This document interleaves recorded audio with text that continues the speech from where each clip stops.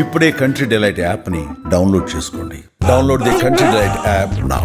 సాధారణంగా శ్మశానం పేరు చెబితేనే చాలామందికి భయం, వణుకు. చీకటి పడిందంటే చాలు అటువైపు కన్నెత్తి కూడా చూడటానికి సాహసించరు. కానీ తెలంగాణలోని కరీంనగర్ జిల్లాలో దీనికి పూర్తి భిన్నమైన, చాలా అరుదైన సంప్రదాయం కొన్ని దశాబ్దాలుగా కొనసాగుతుంది. అదేంటంటే ఏకంగా శ్మశానంలోనే దీపావళి పండుగను జరుపుకోవటం. అవును, వినడానికి కొంచెం వింతగా అనిపించినా ఇది ఆ ప్రాంత ప్రజల గాఢమైన అనుబంధానికి ప్రతీక.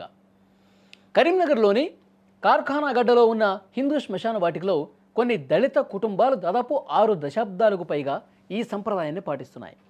తమ నుంచే దూరమైన పూర్వీకుల్ని స్మరించుకుంటూ కుటుంబీకుల్ని ఖననం చేసిన సమాధుల వద్దే ఈ దీపాల పండుగను జరుపుకుంటున్నారు. ఈ కుటుంబాలు దీపావళికి వారం రోజుల ముందు నుంచే సన్నాహాలు ప్రారంభిస్తారు. శ్మశాన వాటిక వద్ద పరిసరాలు పూర్తిగా శుభ్రం చేస్తారు. సమాధులకు రంగులు వేసి చక్కగా ముస్తాబు చేస్తారు. చనిపోయిన తమ బంధువుల సమాధుల వద్ద కుటుంబ సభ్యులు అందరూ వెళ్ళి అక్కడ పనులన్నీ పూర్తి చేస్తారు. ఆ తర్వాత పూలతో సమాధుల్ని అలంకరిస్తారు. దీపావళి పండుగ రోజున సాయంత్రం వేళ ఆయా కుటుంబ సభ్యులంతా చిన్న పెద్ద అన్న తేడా లేకుండా సమాధుల దగ్గరికి చేరుకుంటారు. తమ పూర్వీకులకు ఇష్టమైన ప్రత్యేకమైనటువంటి వంటకాలు వండి వాటిని నైవేద్యంగా సమాధుల దగ్గర పెడతారు.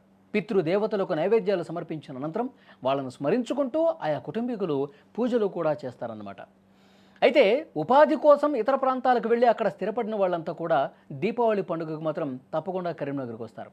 దీపావళి రోజు సాయంత్రం 6 గంటల ప్రాంతంలో కొత్త బట్టలు ధరించి పిల్లపాపలతో కలిసి సమాధుల వద్దకు వెళ్తారు. అక్కడే పిల్లలు టపాసులు కూడా పేలుస్తారు. శ్మశానంలో సుమారు 2 గంటలు గడిపి ఆ తర్వాత తిరిగి ఇంటికి వెళ్ళిపోతారు. తమ పూర్వీకులు లేనిదే తాము లేము, అందుకే పూర్వీకుల్ని స్మరించుకోవటమే తమకు నిజమైనటువంటి దీపావళి అని ఆ కుటుంబాలు గట్టిగా నమ్ముతాయి. ఈ వింత ఆచారం కరీంనగర్లోని కొంతమందికి అపురూపమైనటువంటి సంప్రదాయంగా వస్తోంది.